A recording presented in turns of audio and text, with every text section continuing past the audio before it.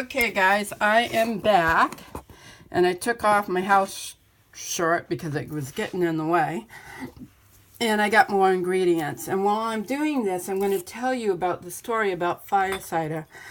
Fire cider ingredients and recipe was listed with something Rosemary Gladstar came up with, and she's one of I would say our founding modern day herbalist, right?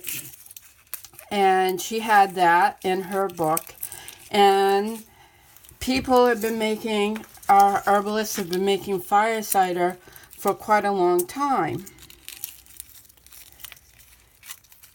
And so lo and behold, this company comes along, Shire they're called, and they decided that they would make fire cider. And not only did they make it, they branded it. They put a brand out on it. So in other words, they copyrighted it, which was not very good. So people like herbalists have been making fire cider for a long time, and some of them have been selling it and using the name, using it fire cider. And so when this company came along, which was supposedly a small company, but we don't believe it's that small, nobody could sell or market fire cider because they had got the copyrights to it. And so this lawsuit was launched, and it has been in the works for over 4 years, because originally it was Rosemary's Gladstar's recipe. As far as they're concerned, it was printed in a book, and that should be her copyright. But she had no problem with herbalists using the name to sell the fire cider. And so there is a lawsuit, and we are not supposed to use the name fire cider.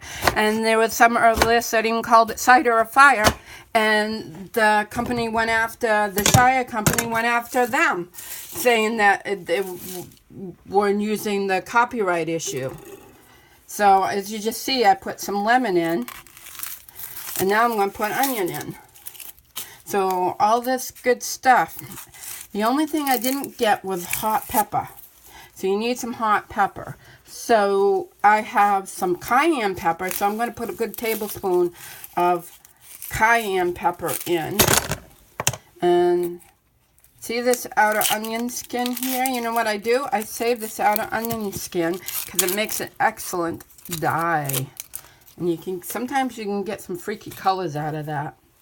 So we'll finish chopping this up, and then I'll show you and I'll get the cayenne pepper, and we'll put that in. And hopefully I can bridge the two videos together. I haven't done that. And then I will clean up. So I have a paper bag that I put all these onion skins in, and then I can use them as a dye. And the chopping doesn't have to be perfect. It doesn't have to be diced or sliced, as long as it will fit. And then you will see this huge jar that I have everything in. And it's this good half-gallon jar that I get raw milk in. And you pay a deposit, so you actually are paying for the jar. Sometimes I bring them back, and sometimes I don't, because they make wonderful jars. They're nice canning jars. So we've got all that in, and I will show it to you. And I'm going to get the rest of the ingredients, because that's pretty much it. As you can, well, I'll move the camera after I'm done. And like I said, let's see. Okay, there's the jar, bottom of the jar. I'll show you the top in a second. And I just got to get the cayenne pepper, because that is a hot pepper. So any type of hot pepper, jalapeno, you want to put that in there too. So I'm going to use that. Oopsie daisy, you just fell over. I'm going to use a good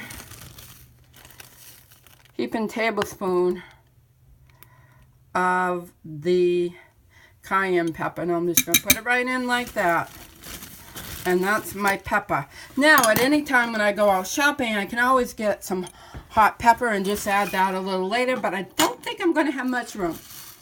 as you will see. Now, some people will add some raw honey, which you can perfectly add some raw honey in this. As you can see, there's a jar. There's where I put in the hot pepper, the cayenne pepper. And then we got the layers. We got horseradish. We have real turmeric right here, fresh turmeric. We got ginger right here. We got lemon. We got onion.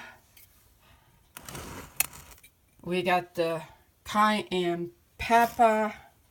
And we've got the garlic. Okay, I'm going to set that down for a second while I open the vinegar bottle. And this is not organic, but like I said, you're going to still get all that good properties. It's nice to use organic when you can. Yeah, sometimes it's not that feasible.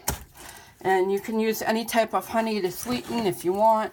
Like I said, I'm not going to. So you can see the vinegar is going to be coming in, and I'm going to fill this all the way to the top with vinegar, and I mean to the top.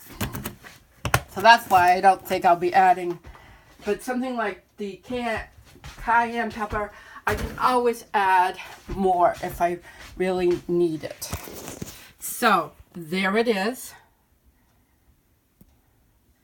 That is a full jar of fire cider, and that is going to steep in a good several weeks. 6 weeks is best, but it will be ready for use in 2 weeks. But let me show you.